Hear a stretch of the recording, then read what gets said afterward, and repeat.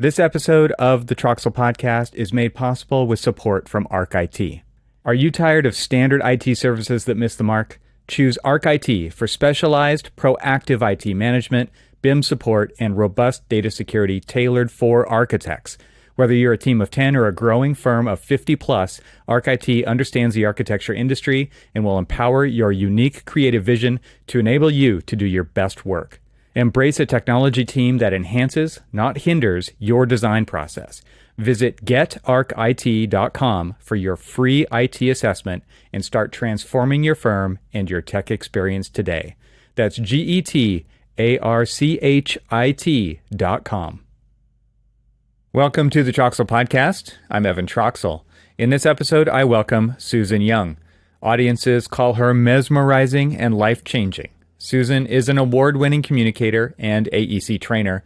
Her company, Get In Front Communications, has been around now for 24 years, so she brings a wealth of wisdom to our conversation today. Susan coaches leaders how to be engaging so that they can have more trust, clients, and impact.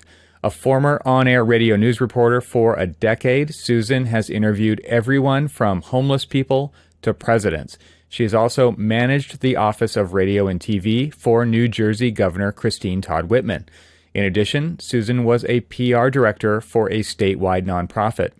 Honored as Entrepreneur of the Year, Susan's favorite achievement is being named one of the top 75 badass women on Twitter. She joins me today to discuss effective communication and storytelling in the AEC industry. And I know a lot of people on the tech side will get a lot out of this episode. We cover how to ask good questions, how to get a better understanding of your client's needs beyond what's being presented, creating a narrative around your work, the importance of being relevant, being a solution to your client's problems, standing out in a crowd, and the effective use of technology as it relates to the topic of communication and storytelling. Before we jump into the conversation, please do me a favor. If you are a regular listener and are enjoying these episodes, I ask that you subscribe both on YouTube and in your preferred podcast app to let me know that you're a fan of the show and to automatically get notified when new episodes come out.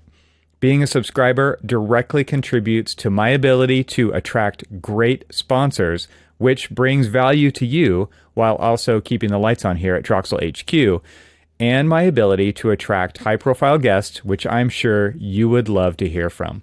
This is my full-time gig, in case you didn't know that, and you can probably imagine how much effort it takes to create what I'm building here from the ground up. My goal is to deliver a quality resource to provide value to you and the industry as a whole. So if you haven't subscribed, I highly encourage that you do so. It's completely free. You can also support what we're doing here by sharing this episode with your colleagues. Thank you so much. And now, without further ado, I bring you my conversation with Susan Young.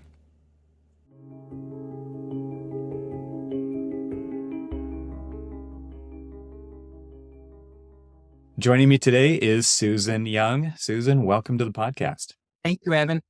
I am very happy to have you on the show because this is a little bit different of a topic, but it's something that's very near and dear to me as a self-proclaimed, I guess, communicator. This is just one thing that I've noticed throughout the years of my job is to communicate. And I found that when I was working in a firm as a designer, when I was working with stakeholders and clients on projects, it was like finding the best way to communicate with them, finding the best way to tell a story, finding the best way to connect with them.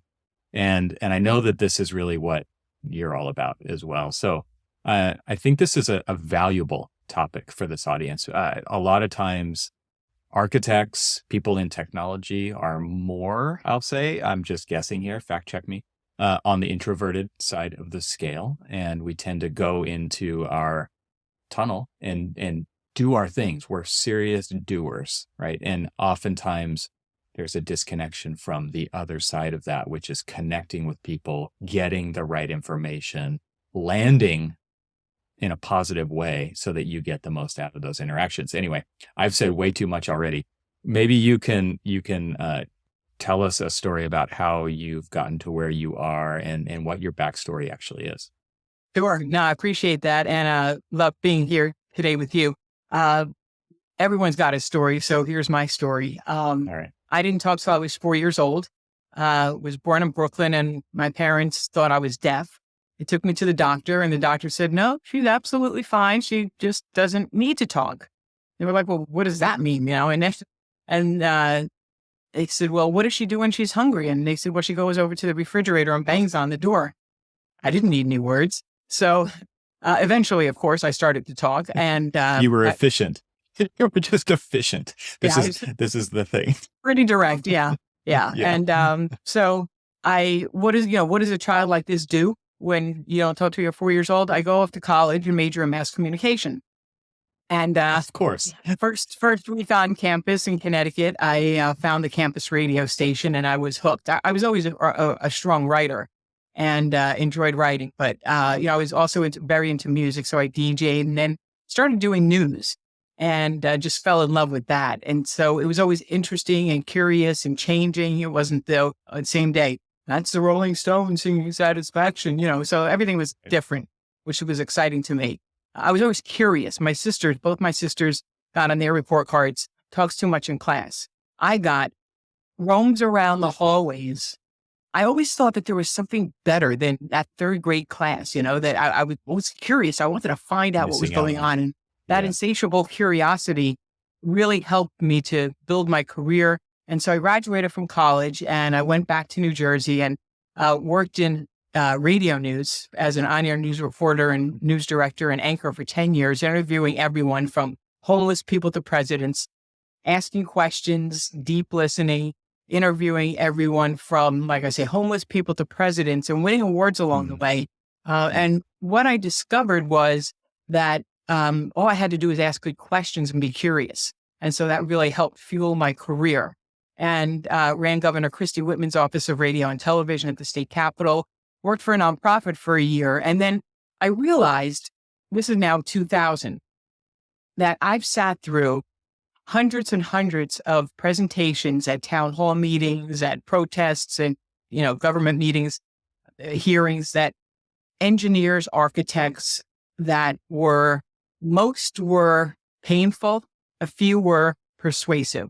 And I thought they really need some communication help. Those packed slides and all that information and looking at the shoes and the gestures and inflection and all that. So I opened up my business in 2000. It's called Get in Front Communications, and been working with architects, engineers, and construction pros on how to be more effective at communication, how to become more curious and use those deep listening skills, not to be self-serving, but to be able to be an emotional archaeologist and go in there with an invisible shovel and ask good questions. And so that you're able to notice things that other people don't notice and pay attention in a very different way and have a very subtle level of self-confidence without being arrogant or pushy or anything like that, obnoxious. And in the end, it's about being a confident communicator and being proficient in not only being able to build a room, but knowing how to read the room. I want to go back to you just said like some very simple words, but I think there's more here, which is asking good questions. Can you define what that means? Because I think that it's like, we hear that all the time, right? For good communicators, ask good questions. Good interviewers, ask good questions. But just if you could put some words to what that actually means to you.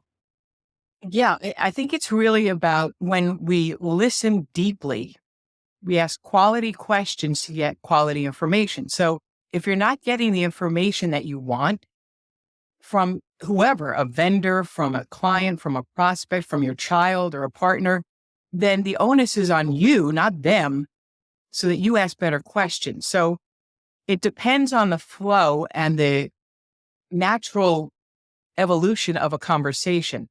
And so it really is about paying sharp attention to what people are saying and not planning ahead and being distracted in your mind because we're all bombarded with so much, messaging and I have to go here, I have to go there. We're not fully present. So when you notice that somebody said something and you're paying attention and you're sharp and you're on the ball, you're able to follow up with a question that's not scripted, that's not in a cookie cutter template, that's not sounding robotic. And so you ask a question, say, that's interesting, because you're curious.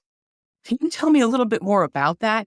So one of the questions that I've taught people to, when I do coaching and everything with AEC folks, is you ask the question, what else, what else, what else? What else is going on here? What else is this story about? What else is happening behind the scenes that I don't know about? What else can I do to help solve this problem? And so you ask yourself, what else, what else, what else? There's gold here. And I, as an emotional archaeologist with that invisible shovel, come in and no pain. We pull the questions and the information out of people by asking quality questions. And it's easy and it's magical.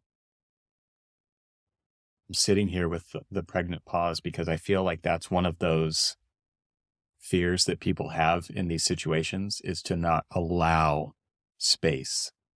And that is one of the reasons why people are always thinking ahead of what's next. Where are we going? What's the next thing that I need to check off my list of things that I prepared for with this meeting, with this presentation, whatever it is, and have to keep it going because we don't want to lose their attention, right? The fear is losing their attention or going down a rabbit hole or getting caught off guard or any of those things, when what you're proposing basically the opposite, which is we're going to go explore together and we don't know where that's going. We have not prepared for that, right? And relying on our expertise to guide what we actually need to get out of this presentation or conversation or whatever it may be. There are some innate fears in these instances that happen, right? So I would love to hear from you, like what kinds of things have you seen come out of that? Because there's that real fear, but at the same time, you said there's gold there, right? And so how do we overcome those fears to allow those explorations to actually happen? It's really about trusting yourself and being fully present and in the moment. And one of my first coaches from Philadelphia told me years ago, be fully present. And remember, this is, before social media and all of the bombardment of messages and distractions that we had, right? The noise in the world.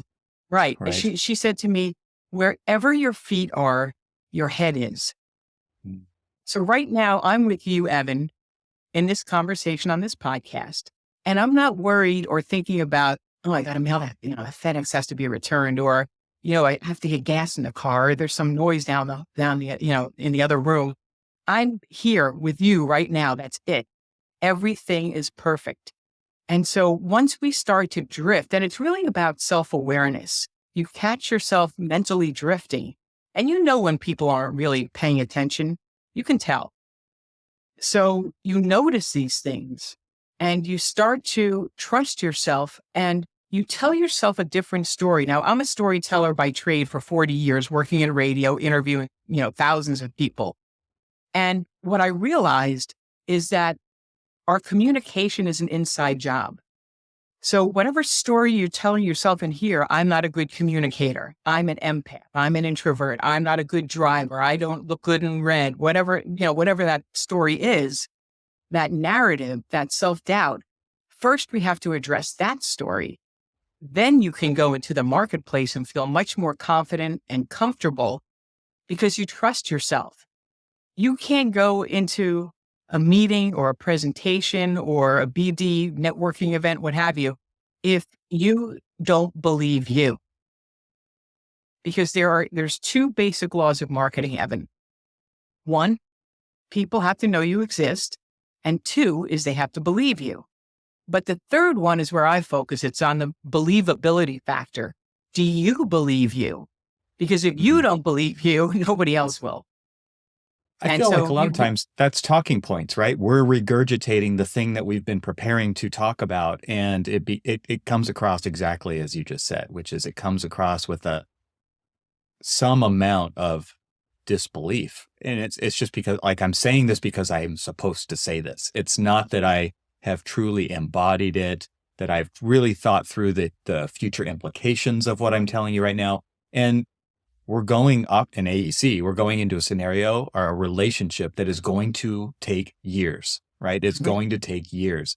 And if I can't connect with you now, and I can't have that connection of belief that you're talking about now, what makes me think that this relationship is going to last years?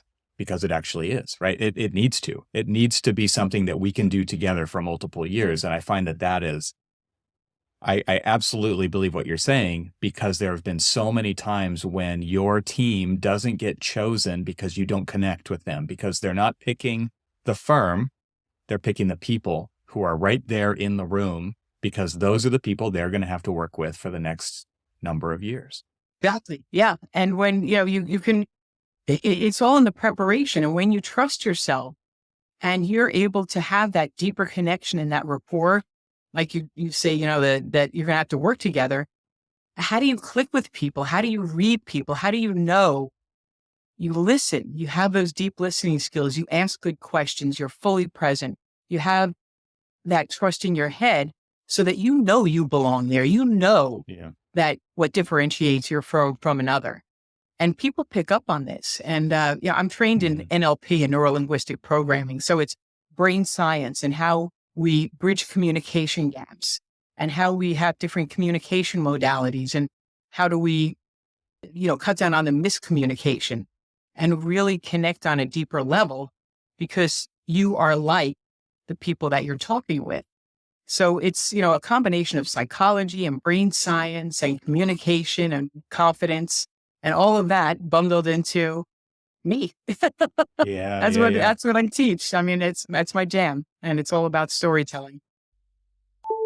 This episode is made possible with support from AVAIL. In a world where precision meets creativity, where every line drawn holds the power to innovate, people like you are shaping the future. But let's face it, in the realm of design, the unknown is your least favorite companion. You've been stranded on the island of inefficient software, lost in the fog of endless searching for the right content. It's time to embark on a new journey, a journey to clarity, efficiency, and design excellence. It's time to get off that island and away from the unknown. Introducing AVAIL, the beacon in your design odyssey. Say goodbye to the daunting 10 to 20 minutes wasted per search, the costly interruptions in your creative flow. With AVAIL, your team will zip through content discovery, focusing more on designing and less on searching. Imagine a world where you can stop constantly fighting the costly fires caused by pulling content from past projects, building from scratch, or relying on personal libraries. AVAIL isn't just a tool, it's a revolution for AECO firms. Organize, manage, and navigate your project information with a leader that's proven in reliability, relatability, and success. Join the ranks of the top AECO firms who've already chosen AVAIL. In just 30 days, you could deploy AVAIL and witness a dramatic reduction in costly design errors. Whether it's your first CMS or you're considering a switch, there's someone you should meet. Will Rouse, your guide to all things AVAIL. Schedule an appointment and explore AVAIL's capabilities, onboarding programs, and professional services. Don't let your designs be clouded by inefficiency. Clear skies are just a click away. Go to getavail.com/stranded and book a meeting with Will to start your AVAIL journey today. AVAIL, where your best design is just a search away. My thanks to AVAIL for supporting this episode of the Troxel Podcast. And now, let's get back to the conversation. I'm really curious to get your take on this, because I've seen it work both ways. I've been on the receiving side of coaching when it comes to going after a project where it was a really important project. And so it was deemed very important to have the team firing on all cylinders, very prepared ahead of time. Who's going to say what, when they're going to say it, how they're going to say it, what are they doing with their hands when they say it, how much is memorized, how much is just off the cuff. And it's pretty overwhelming, I think, for most of the people on the team to go through a process like that. And at the same time, it's really useful, but it's not necessarily natural for those people. And so then the other side of that is I don't want to prepare. And I think we're talking more about the confident people who have done this a lot, who have the experience, who just say like, do not force me to prepare. It will only screw up who I actually am and how that interaction is going to go, because they are confident in being able to navigate the situation in real time. Right. And we see people scoff at both of those. We see people scoff at the people who say, there's no way I'm preparing. And then you've brought up the word a couple times already today of preparedness, right? And knowing who you are and knowing the situation. So I'm just curious what your take is on all that, because we've seen it all. And I think it probably depends on personality type and the people involved. But if just kind of talking about those two different sides of this teeter-totter here, the people who are saying, no way, don't make me prepare. I'll actually do worse if you make me prepare. I'm better in the moment. And then there's the people who are saying, prepare until you just know this like the back of your hand. And we're going to go in and hit all these talking points. Yeah, I think it really comes down to narrowing that gap, because when people are prepared, they might be prepared, but they don't really know the depth of the people that they're interacting with. So I say that it's either a hot mess. I say, if your BD meeting is a hot mess or went off the rails and the car ride back to the office is, hellish. And do you want a beautifully choreographed, graceful dance? Doesn't that feel so much better, where it's not rehearsed to the point where it seems and feels rehearsed and stuffy and, I can't express myself. I can't, we have to think on our feet, but we also have to know the other people, our colleagues and the people on the team, the sellers and the doers, of how are they going to interact? Who's going to answer certain questions, not every question, because you can't plan all that. I mean, that's a natural flow of a conversation. So you want to be able to be, like I say, trained to think on your feet and to be sharp and to pick up on these little nuances. I would say notice the nuances. And then, if you have the leader of your team, for instance, say that the head of the BD, presentation, and the others on the team are able to keep an eye on them and look for those verbal and nonverbal cues and clues, like something very subtle that nobody else would notice, but don't say anything, let it land. Or I've got this, Kyle's going to jump in a moment. But first, I just want to mention that the survey shows that bang, bang, bang. So we're feeding off one another instead of, stepping on each other's words and interrupting and not knowing what to say. And this person was supposed to say that, and that was supposed to say, it doesn't work that way. Like I say, it can be a beautifully choreographed dance when you trust yourself and you trust the others as you prepare for the presentation, not on the way to the meeting, but, a day or two before. That's why I coach on there's so many things and little details that make such a huge difference. And it's not overwhelming. It just becomes, this is the way we do it. It's a checklist almost. There's so many people on, so my experience, I guess I should back up a little bit before I get into this, is in a larger firm context. And there are a lot of people doing really specific roles, and it's pretty well delineated. And then there's smaller firms where you do it all, right? And so these are very different things. Now, what you just said makes me think of is that there are people who do BD, like that's what they do, and they are very good at it. They're the rainmakers, as they say in the office, right? And to your point, like they're good, they have skills in that because they don't have to do everything. They don't have to do payroll, and they don't have to do design, and they don't have to do project architecting, and they don't have to do detailing and all those things. And then there's, the 1 to 10 person firms where you do a lot more. You have to cover a lot more of the roles and responsibilities of an office.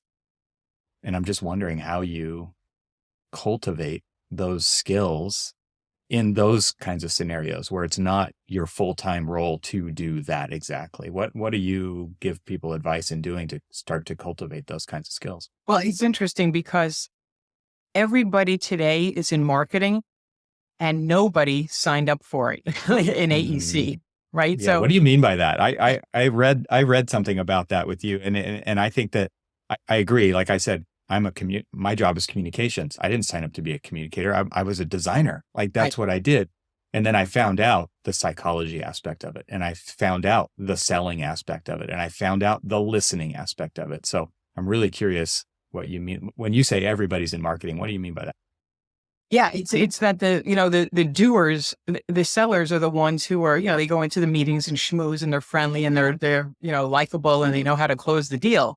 And of course, now we have the doers who are being required, who didn't want to go to, they're not marketers, they're not outgoing probably or friendly or know the sales and all of that and the soft skills. And so they're being forced into these conference rooms and these presentations, kicking and screaming. And it's like, well, wait a minute. If we don't train them and show them how to do it, to reinvent themselves. I mean, that's what I had to do. I had worked in radio. Okay. If somebody would have told me 24 years ago that I'd be doing this, I would have laughed in their face. Okay. I'm like, I'd rather sit home in a closet by myself. Mm-hmm. I don't know gestures. I don't know facial expression. Everything was the voice, the words. And so I had, now I keynote speeches, at built conferences and for construction and at the steel conferences. And my sisters are like, what? Can you imagine I was a quiet one? Is this the same Susan we grew up with? It's not the same Susan. Yeah. No, it's not all of a sudden I found my words and a lot of them. So it really is about that. You can reinvent yourself. But you have to know how, and you have to be willing. You have to want to say, you know what, I want to do better. I want to, and all the AUC folks I talk to, they want to have a bigger impact. They want to make a difference in their communities. They want to feel that trust and that sense of belonging. And this is the foundational part of it. This is the foundation, is that I have discovered superior leaders have two qualities, two traits. They are confident and they are excellent communicators. And these are things that people can learn. You can be proficient in technology like you are with, BIM and modeling and PIM and lead and everything like that and Revit. But the key here is that if you're not proficient and with people and how to interact and have those soft skills and those easy conversations, it doesn't matter what you know if you can't communicate and articulate it to somebody else.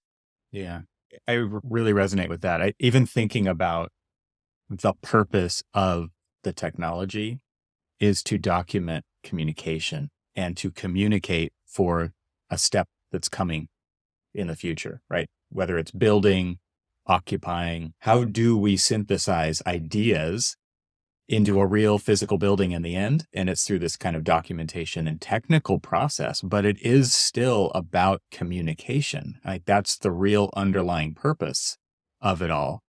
And I think that that's really interesting when you talk about leadership, because again, like going back in my own experience, and maybe this is a Gen X thing even, I don't know. Like, I don't know, for some reason that just popped into my head right now, is I've always seen myself as kind of the bridge, right, between the millennials and the boomers, right? And my job is to translate both directions, because that's where I am. And that's my generation. We are the bridge builders between these generations. And they also call us like the forgotten generation, right? Because it's like we have the leaders who, in my instance, it was always the boomers, right? Who were the leaders in firms because they were the seniority. They'd been there the longest.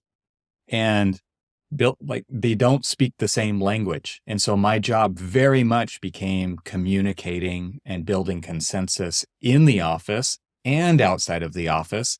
And I found the inside the office part to be the most, I don't know, unexpected. I didn't think I was going to have to do that, right? But the psychology, the politics, there's the timelines, the deadlines, all of these things that we have to navigate together and get people on the same page and build consensus around the communication that has to happen there and the nuance and the understanding of it all.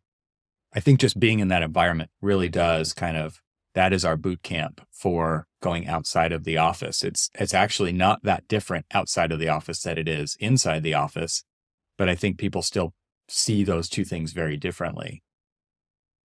Yeah, I think that when we talk about, the documentation and the information management, especially in AEC, is that what about the human factor? We have to communicate with human beings, and no matter what generation you're in. I mean, the folks who are of the emerging leaders today, and because of COVID and because of technology, for whatever reason or whatever excuse or whatever you want to say or believe, doesn't matter. The fact of the matter is that you have to be able to pick up the phone. You can't communicate with memes and TikTok and that's where they, and it's a good thing, it's a bad thing, but that's where they are. And so we, as the older generation, the boomers here, speaking for myself, is that we have to work with them and train them and show them. I mean, I just did a webinar recently. I'll give you this example of emerging leaders in construction and real estate.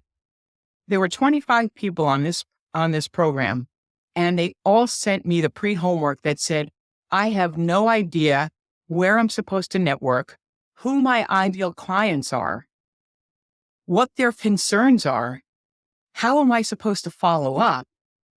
They've been there for 2 years and they're asking me who their ideal client is. I'm like, shame on you. Not shame on you, shame on your boss. Shame on the leadership for not providing the training and the information and studies show time and time again that these, the Gen X, Gen Y, the millennial, they want to learn. Those are one of the things that attract them to, companies and careers. They want career growth.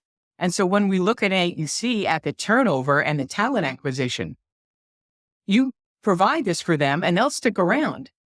They just don't know it. They didn't learn it in engineering school, and their leaders didn't learn it in engineering school because it's not taught there. So it's available, but you have to make time for it and make the commitment to it. Saying I don't know it, and I did a training back in 2015. Well, a lot's changed since 2015. It's like the dinosaur age. So are you keeping up with it? And are you setting the pace and the example for emerging leaders who are going to eventually step into the next level and become the management and move up the scale? How do they communicate? How do they get along with others? Are their noses buried in the phone, or can they pick up the phone and actually use it to call somebody and untwist a miscommunication or a message that would take 17 threads on an email, but resolve it in 12 seconds on the phone? Because you can ask a question, you get to hear somebody's voice, you interact with them. That's the deep relationship and connection that we talked about a few minutes ago. Can we go back a little bit and talk about a definition, and maybe you can lay this out in more detail? You said seller doer, and I think that is very much a marketing term. We hear it inside of offices a lot as a model that is more appropriate potentially than other models. So maybe you can lay out kind of the landscape of what that means, and then what are the alternatives and why seller doer is important. Well, in AEC, that's what it is. As I mentioned earlier, that the sellers are the marketing people, the schmoozers who are, friendly, outgoing, who know sales, how to close the deal, how to network effectively, how to ask the right questions. And this, what I teach is about, it's not about emotional intelligence. It's not about Toastmasters. It's not about active listening. It's a higher level of communication. And so those are the sellers, and the doers are the people who are out on the construction site, the superintendents, the PMs, the estimators. And so there's that gap that they don't jive together. They don't speak the same language. They just don't function. And a lot of it is AEC is left brain. It's logical, it's scientific, it's numbers, it's analytical. And, it is creative, of course, as you come from architecture, that, there is, the right side of the brain is the, creative and all that. But we really look for the emotional part. And that's what sales is all about.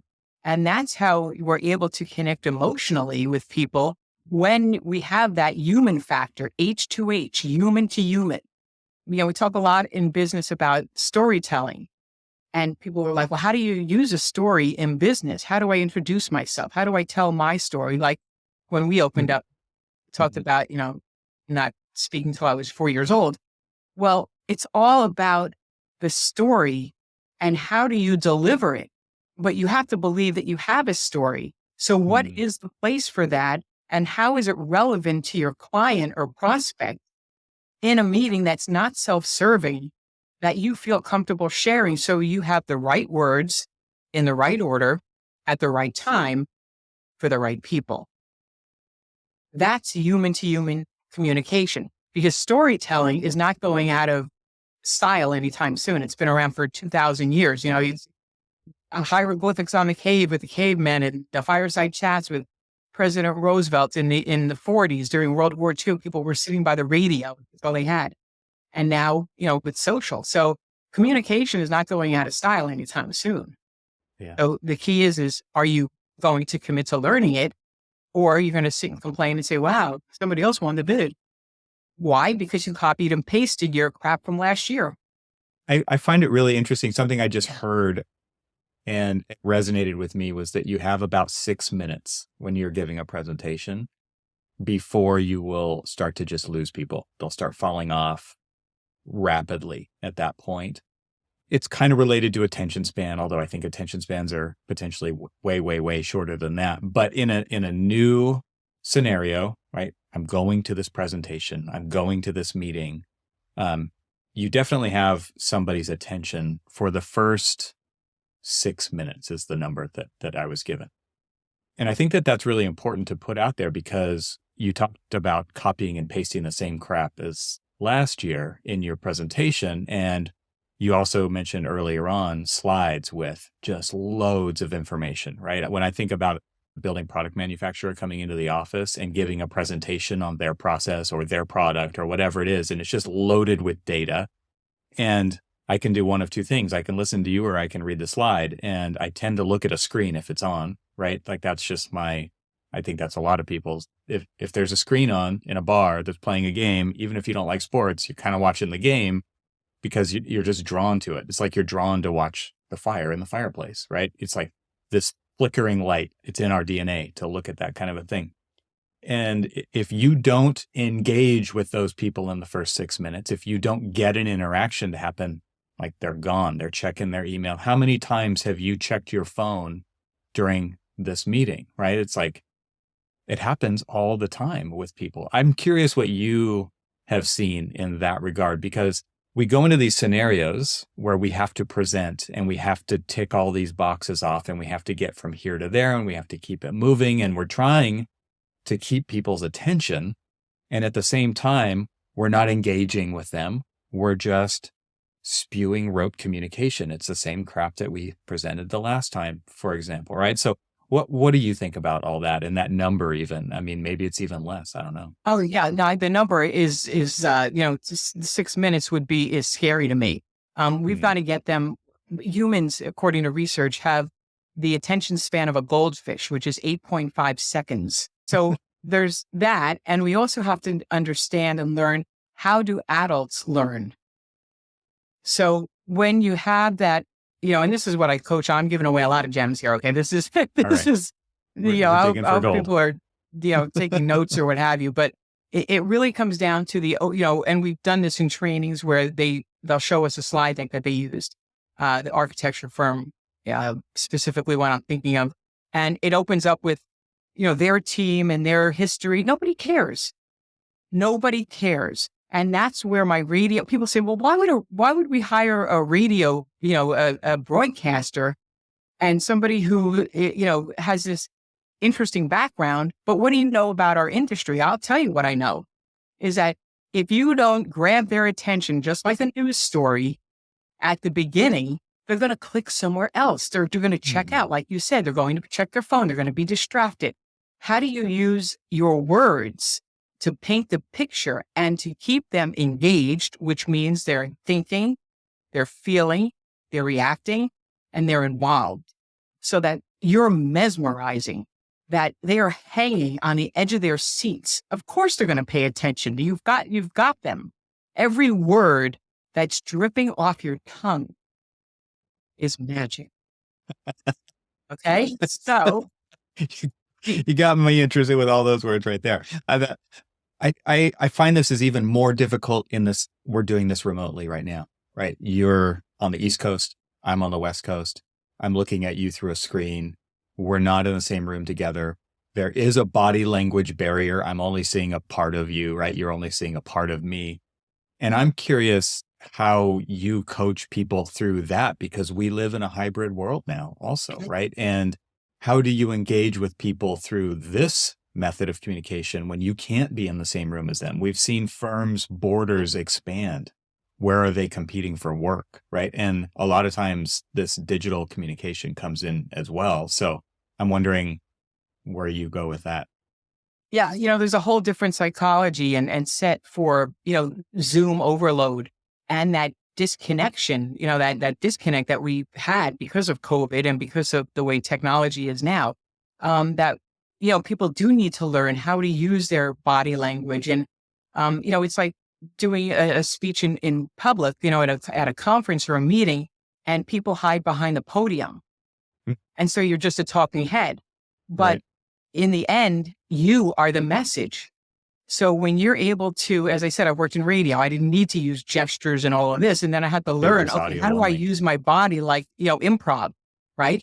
Sneaking around the corner and jumped up from the tree and all of a sudden, all of that. So it feels awkward or uncomfortable, but we want to be able to connect and understand how people communicate online when you only have. So, when I'm speaking in live, at an event, is that I never stand behind a podium.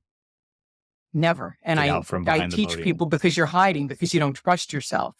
You are the message, everything. The way you look, the way you show up, the way you move, the way you use your voice, the way you behave. So even though it's here, you still have some personality back here in the background, and it's looking at the camera and not worrying, oh, is my hair okay over here? Or did something fall over there? Am I distracted? It's about really being, like I say, centered, and wherever my feet are, my head is, and not being distracted. But it is a whole different animal for sure. The digital version of hiding behind the podium is hiding behind the slideshow. Sharing your screen is you are minimized. The content is the focus at that point. And I find that to be the biggest crutch that people will also use, right? I get to hide behind and read the slides, and nobody wants to sit on the other end and receive that. They want to be engaged with. They want it. They want it so badly to be part of the conversation and interacting and engaging. And you have put up a barrier. You have put the podium between you and them when you do that. When you click, I'm going to share my screen now. And then there's this awkward fumbling of actually sharing the screen, right? And I've done a ton of work. Doesn't get exposed on this podcast because this is a mostly audio podcast and we're mostly just talking, but I can draw on my screen. I can communicate with you as an architect. Let me turn that on so that my face isn't covered up. But I can communicate as an architect with a skill that I have that you probably don't have, right? As just live sketching as an example, to engage with people, to communicate ideas. It's fun. People love to watch other people sketch. They just do, because they probably can't sketch, right? I mean, it's just one of those things that is interesting because it's something that I don't know how to do and they do. But there's ways to control the communication digitally where I can pop up another computer over me, but then I could bring it right back so that we're talking and we're not looking at that thing while I hide in the corner, right? And so I think there's a lot of aspects when it comes to digital communication that we need to be thinking more like broadcasters. We need to be thinking more like newscasters. Like you said earlier, everybody's in marketing. I think everybody's in communications as well, right? Everybody's a media business as well as a marketing business. Yeah, that's the thing, is that we all have the platform. And that's where, when social really took off with Facebook and, at the beginning, was that all of a sudden everyone had an opinion. Yeah. I remember my dad, growing up in the 70s, and my dad's so mild mannered and easygoing. But he would, watch again, we were really into the news. So we watched the TV news, and every once in a while he'd yell back at Peter Jennings or, Dan Rather. And but it was a one-way conversation. It was very stilted. Now, Right. if you don't like that Hertz kept you waiting for your rental car in Florida, You're going to you tweet can just about go it or on your whatever. phone and say Hertz Yeah. sucks or whoever, or Hertz was Mhm. great. They got me my car fixed right away. So Mhm. you have an opinion. And so now everyone's saying what they think. So everyone is in media. Everyone's got the same platform. You can go online and reach 9 million people when something goes viral. And I'll share this quick story with you. This is just came to my mind. And again, this is the nuance of how a conversation flows. Why we don't have talking points today is that you remember the story, The Miracle on the Hudson, where the American Airlines Captain Sully, Yes. his plane crashed on the Hudson, right? 155 Right. people in New York in the harbor on the wing of the plane in January. Well, I interviewed the gentleman who took the picture that went viral. So this was about 15 years ago, I believe that happened.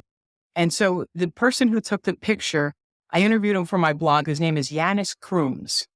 And what happened was he was on a ferry between New York and New Jersey going to a business meeting. And news always breaks first on Twitter because it's the fastest. And that's where a lot of reporters and journalists hang out. So there's people on the boat and they're watching this, plane land on the Hudson River, and people are, so they're, now the ferry that Giannis is on is going to help people. And so people are starting to take pictures, but remember, phones were very different back then.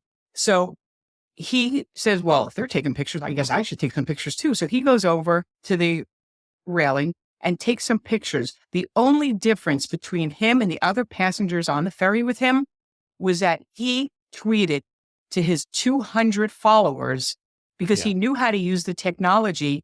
Wow, look at this. I'm on a ferry in the Hudson River and this just happened. Reporters couldn't get there. They're in the middle of the water. All of a sudden, citizen journalism is born because people depended because he had the platform and he knew how to use it. The others didn't know how to use it. So the 200 followers he had on Twitter said, holy crap, look at this. And they tweeted it and it went viral. And of course, that's the story.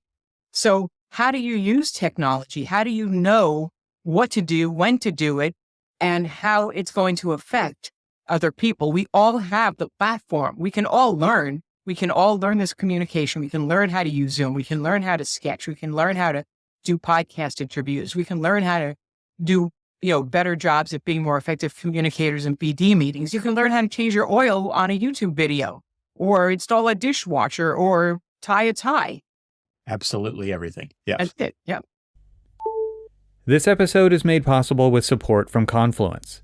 Picture this: October 2019, Lexington, Kentucky, the birthplace of Confluence, a place where tech leaders, AEC product developers, and practitioners came together for 3 transformative days.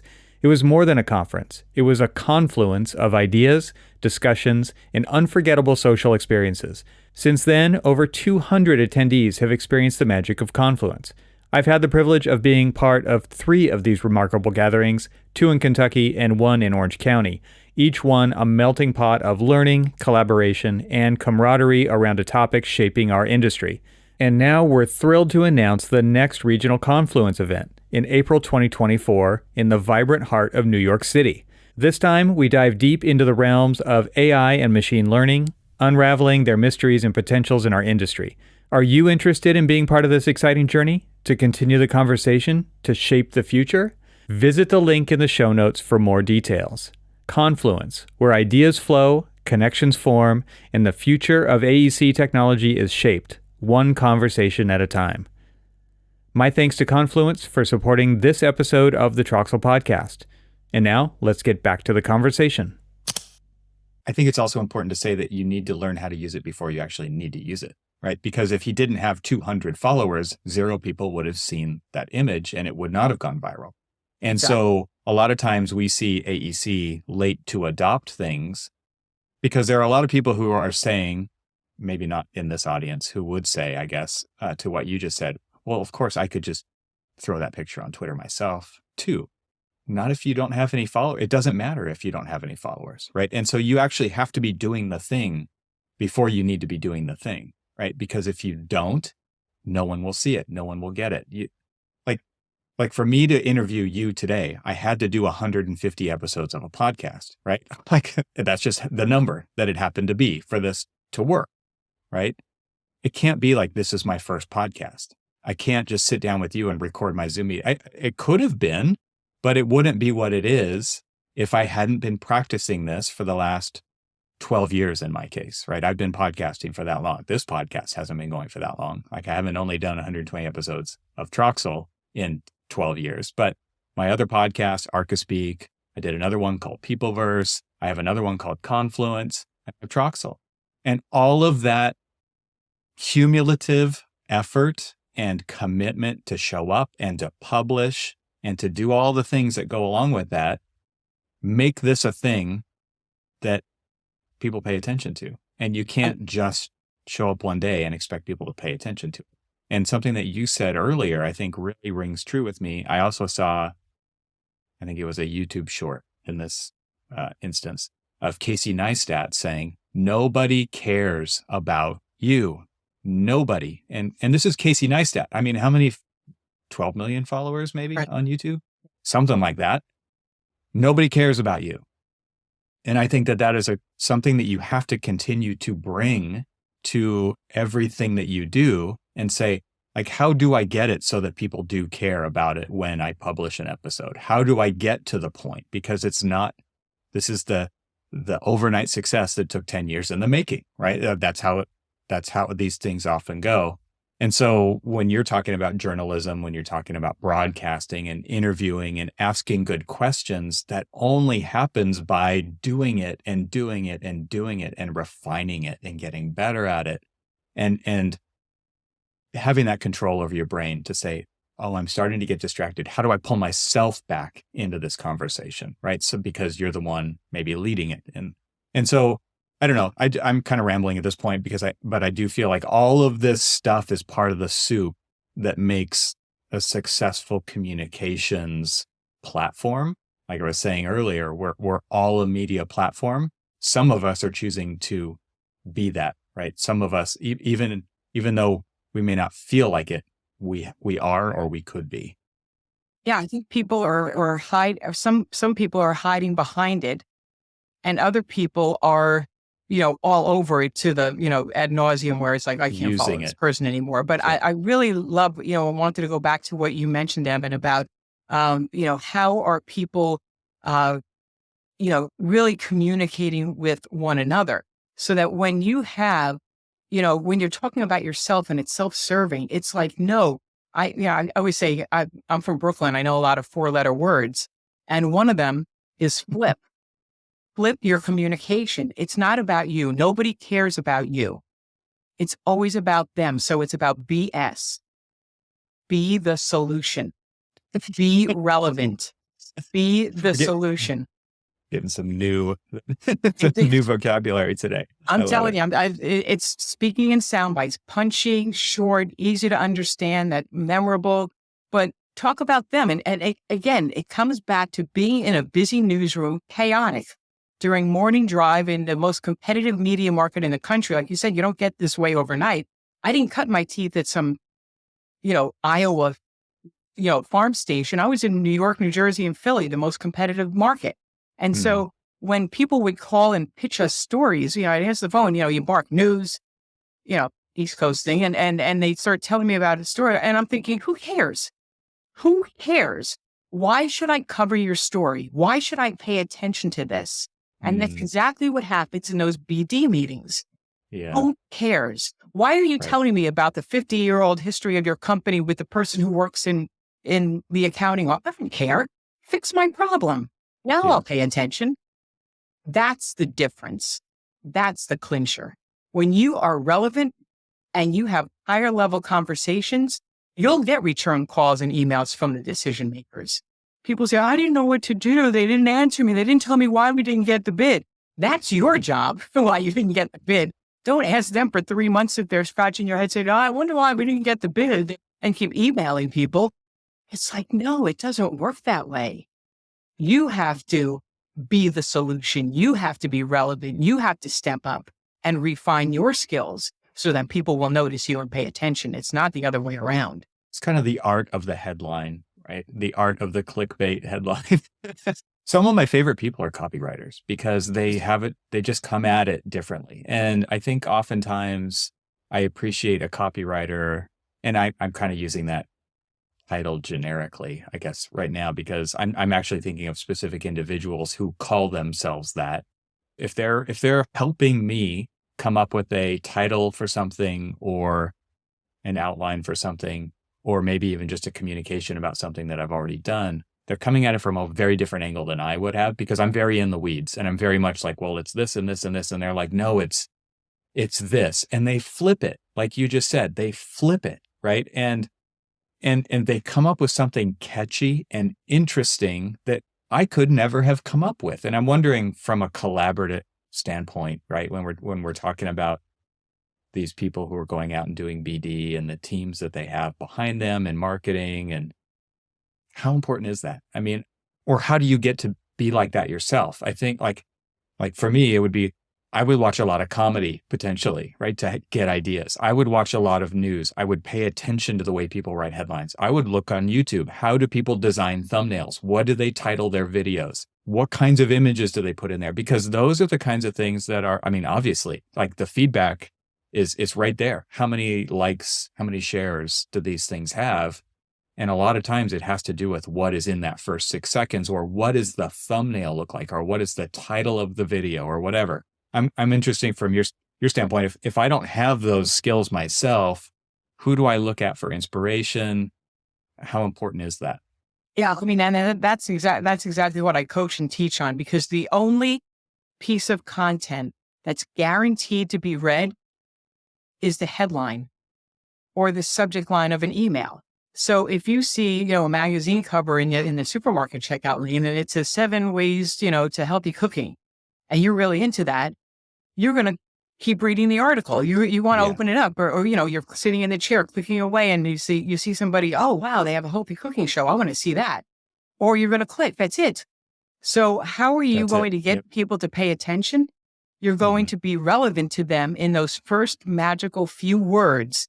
So that's where the editing and the writing comes in, where people say to me, how do you know what to include and what to leave out? And I say, cut the crap. Get rid of the irrelevant words, the empty words. Longer doesn't mean better. It just means it's longer. And, TLDR, too long didn't read. Right. Nobody's got the attention span. Nobody's got the interest to try to figure out what you're trying to say. So it goes back to what you mentioned, to what I said at the beginning. What else? What else? What else? What else is this story about? What else is this firm about? Are you paying attention to the twists, turns, and trends in the industry from the morning that you went into the meeting, so that you know exactly what's happening? Not that you went on their website or their blog or checked their LinkedIn 3 days ago or a week ago and you didn't know that X happened. Well, then shame on you. You had time to watch The Bachelor. You had time to check your email 40 times or go on Facebook, whatever you're going to do, right?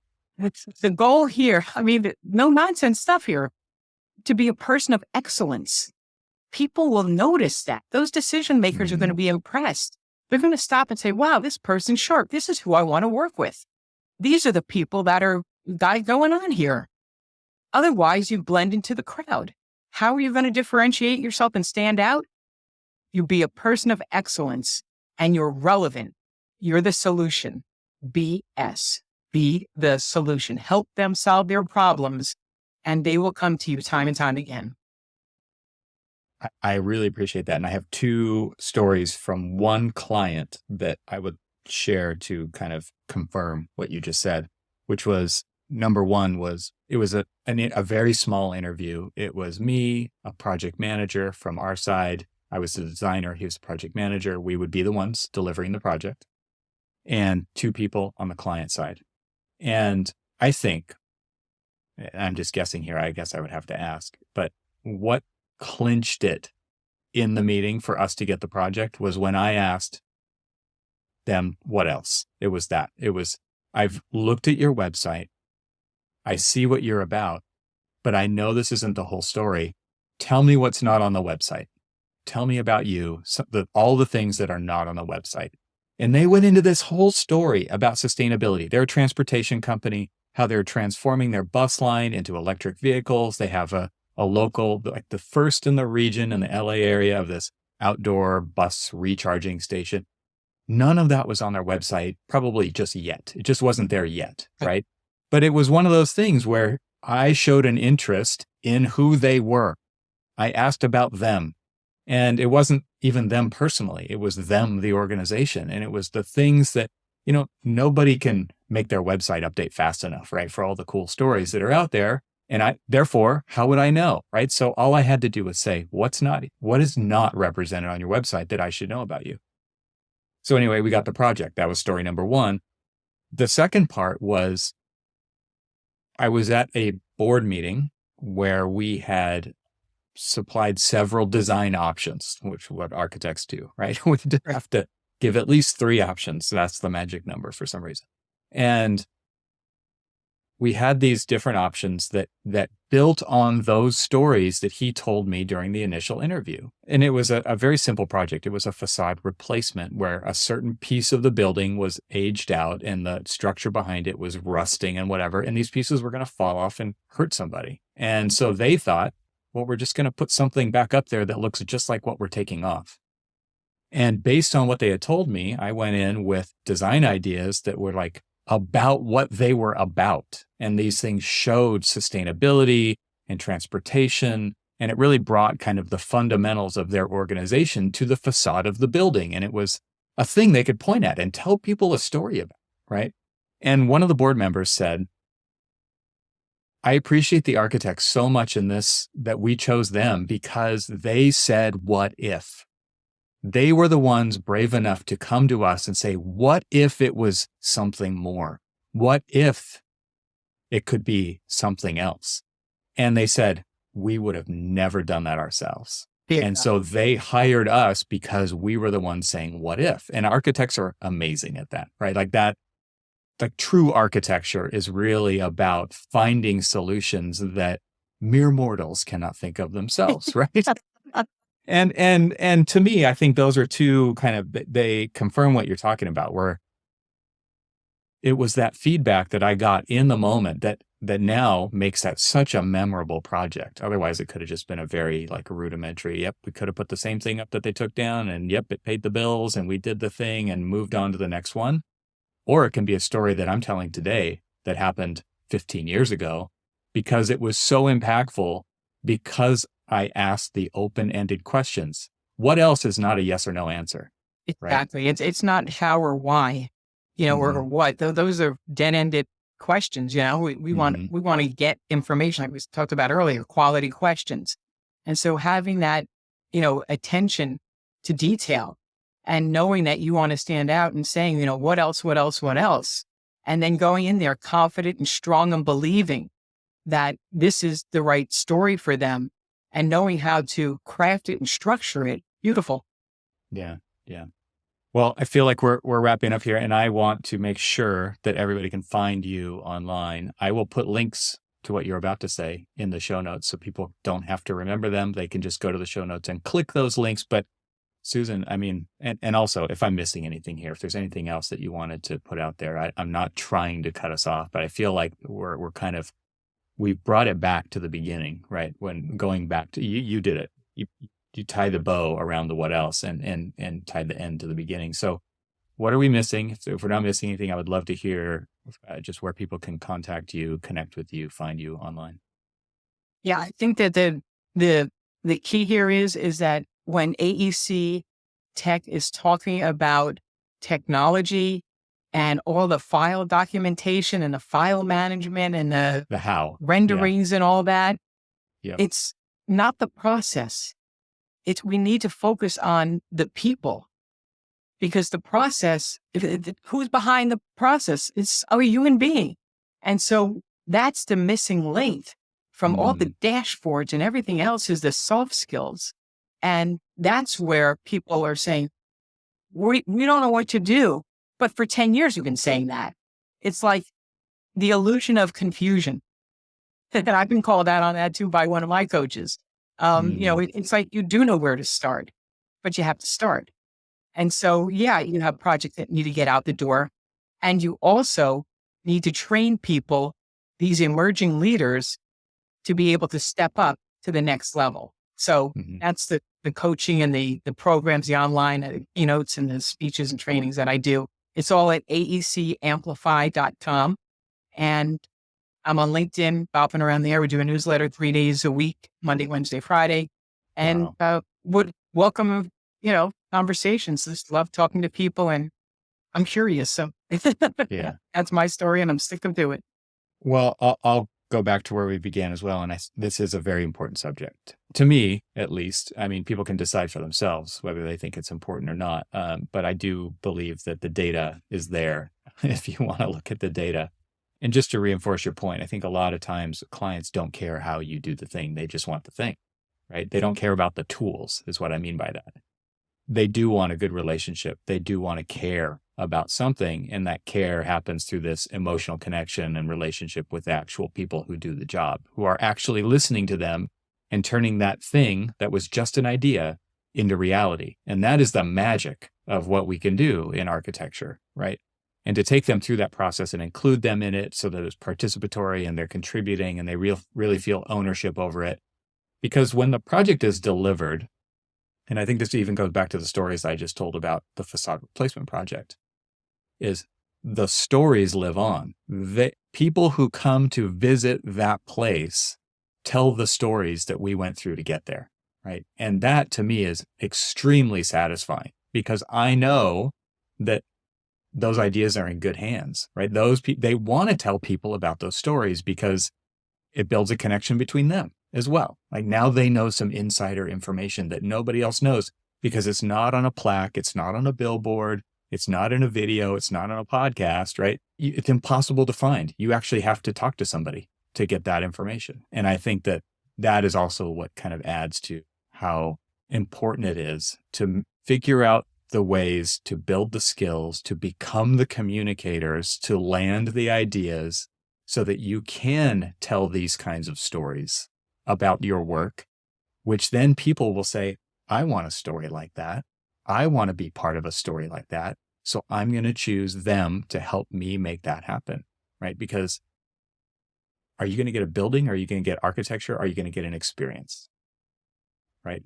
They're not the same things. They're the same things, right? So thank you so much for taking the time to do this today. And again, cover this very important topic, at least to me and to you, I think. So this has been a fun conversation. Thank you. Yeah, I so enjoyed our time together. Thank you, Evan.